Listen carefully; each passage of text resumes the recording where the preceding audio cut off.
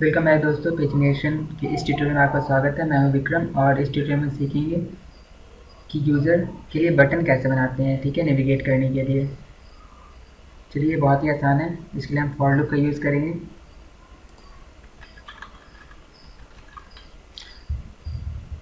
Fully while loop से हम लोग बाहर निकल के एक फॉर लूप बना लेते हैं। फॉर लूप और एक वेरिएबल $i या $p आप कुछ भी दे सकते हैं। ठीक है, ये बेसिक फॉर लूप है। $p is less than equals to $rows $p plus plus. ठीक है, ये बेसिक फॉर लूप है। ठीक है, अगर 1 रोज से छोटा है, रोज का वैल्यू यहाँ पे 4 है। ठीक है, अगर ये 4 से छोटा है तो बेसिकली ये स्टेटमेंट को एग्जीक्यूट करेगा। ठीक है, यहाँ पे हम एको कर रहे हैं $p।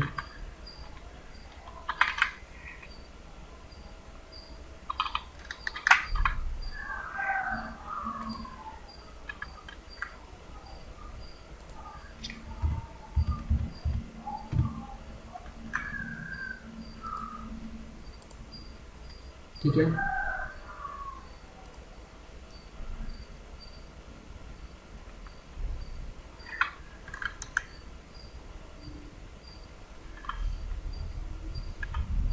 ये लेस देन इक्वल टू होगा।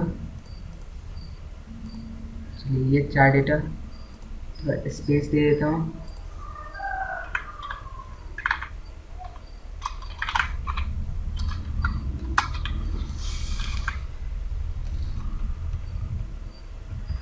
ब्रेक नहीं, स्पेस।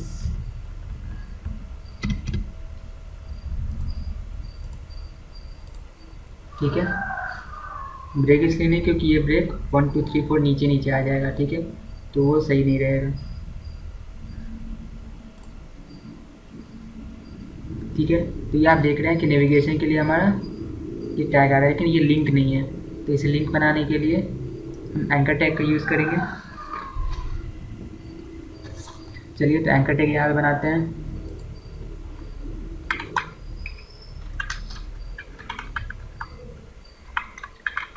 और इसे लिंक देते हैं।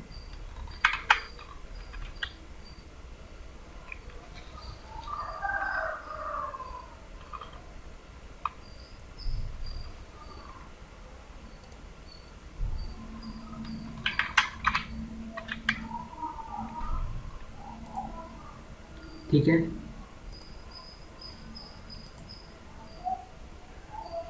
एरर आ रहा है।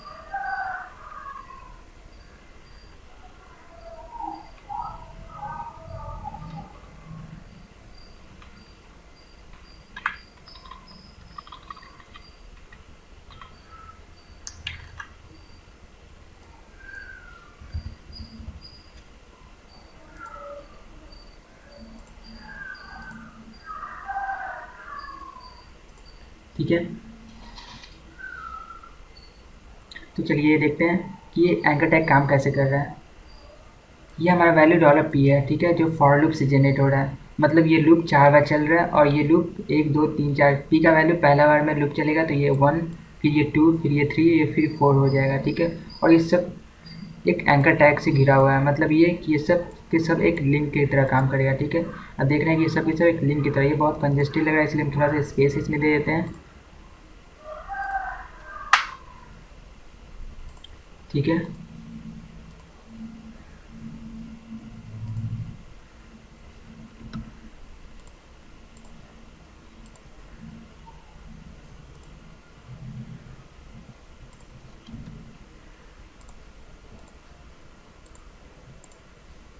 ठीक है, अब ये ठीक है। ठीक है, तो यहाँ पे लिखते हैं $p और ये देखिए एचरे पे हम लोग लिंक लिखते हैं, लिख देते हैं क्वेश्चन मार्क। और ये देखिए यहाँ पे हम लोग वेरिएबल पहले एज्यूम किए थे पेज नंबर।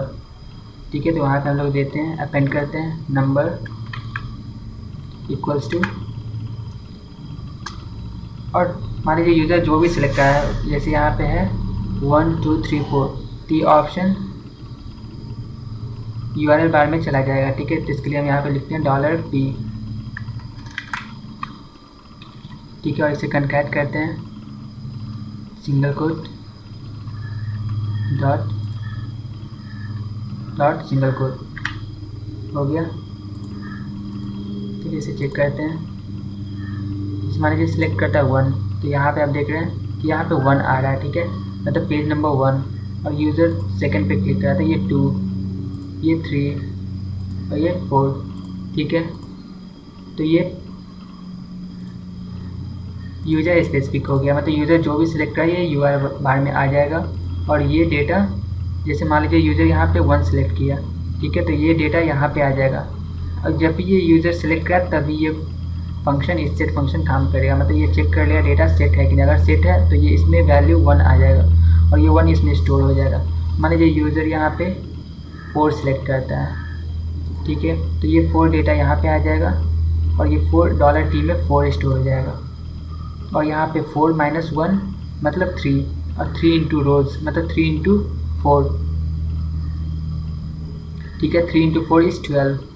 सो यहाँ पे 6, मतलब डेटा यहाँ पे थोड़ा सा करेक्शन की ज़रूरत है, क्योंकि यहाँ पे ये डायनेमिकली चेंज हो रहा है। इसके लिए हमें यहाँ पे लिखना होगा स्टार्टिंग पॉइंट।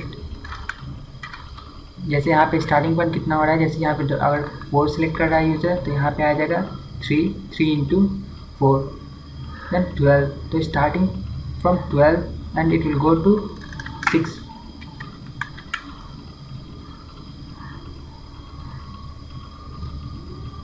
ओके,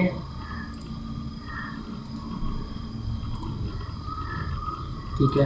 तो ये देखिए अब ये काम कर रहा है। जैसे फर्स्ट पेज में टोटली 4 डेटा है, ठीक है, सेकंड में 4, थर्ड में 4, ठीक है, इसमें 4, लेकिन लास्ट पेज में सिर्फ 3 है, क्योंकि हम लोग के पास टोटली 15 डेटा है, ठीक है। 4 4 4 + 3 इज इक्वल्स टू 15। तो आप समझ रहे हैं कि ये नेविगेशन कैसे काम कर रहा है।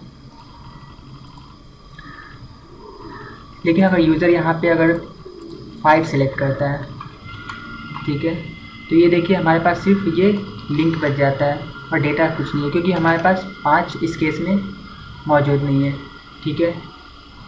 तो इसे ठीक करने के लिए हमें क्या करना होगा, और इससे पहले ये एक इंटीजर वैल्यू है, ठीक है। इंटीजर वैल्यू अगर हम डेटाबेस में क्वेरी करते हैं और यहाँ पे अगर यूज़र मान लीजिए 5 की जगह पे Z या कुछ भी कोई स्ट्रिंग डाल देता है, ठीक है, और एंटर कर देता है, तो ये देखिए MySQL fetch ASOP ये एक एरर बता रहा है, ठीक है।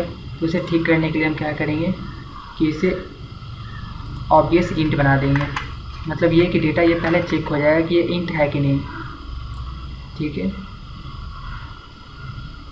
और यहाँ पे @error separation इसका यूज़ करेंगे। अब अगर यूज़र यहाँ पे स्ट्रिंग देता है तो ये एक नॉर्मल एक वेब पेज दिखेगा विदाउट एरर, ठीक है। होपफुली आप समझ रहे हो। तो चलिए देखते हैं कि इसे दूर कैसे करते हैं। इस प्रॉब्लम को दूर करने के लिए सबसे पहले हम एक इफ़ कंडीशन का यूज़ करेंगे। तो लिखते हैं इफ़ $pages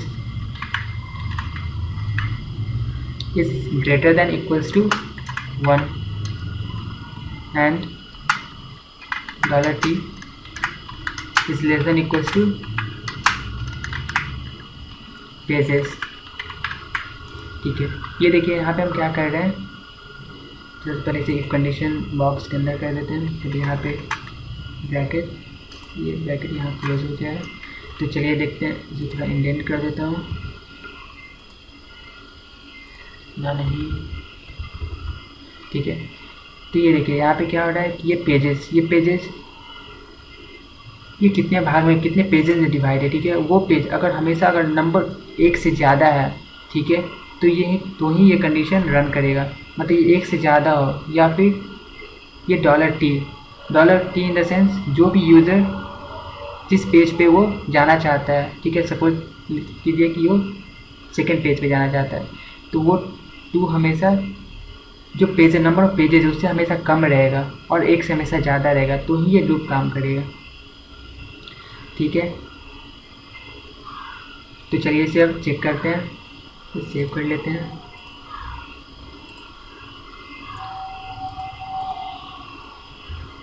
और यहाँ पे 5 देते हैं, और ये देखिए ये 5 देने पे पहले की तरह ये लिंक नहीं आ रहा है, मतलब ये हमारा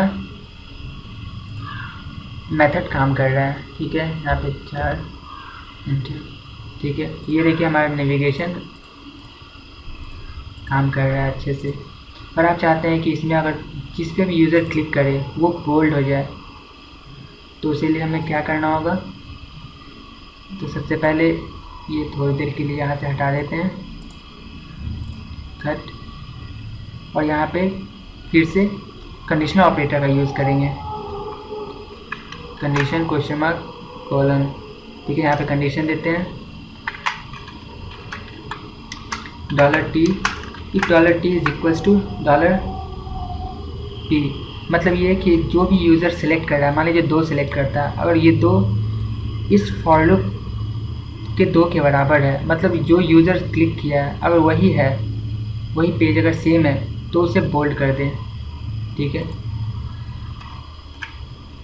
यहाँ पेस्ट कर देते हैं, नहीं तो इसे बोल्ड पहले कर देते हैं। ठीक है, बोल्ड के लिए हम बी टैग का यूज़ कर लेते हैं, ये HTML का टैग है, ओपनिंग और क्लोजिंग टैग।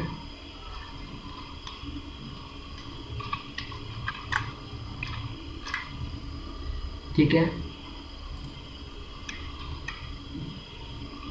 ओके, मतलब जो भी यूज़र सेलेक्ट किया है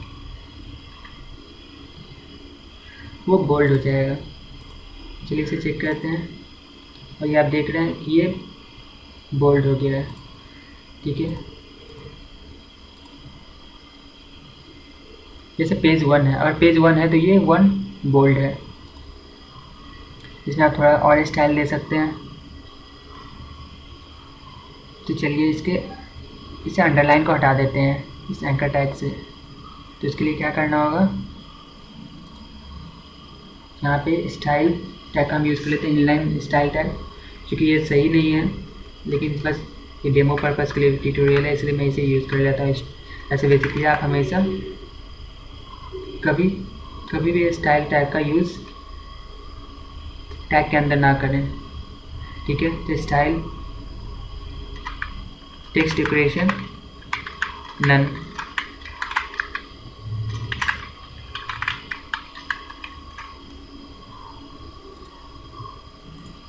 मतलब जो सिलेक्टेड टैग है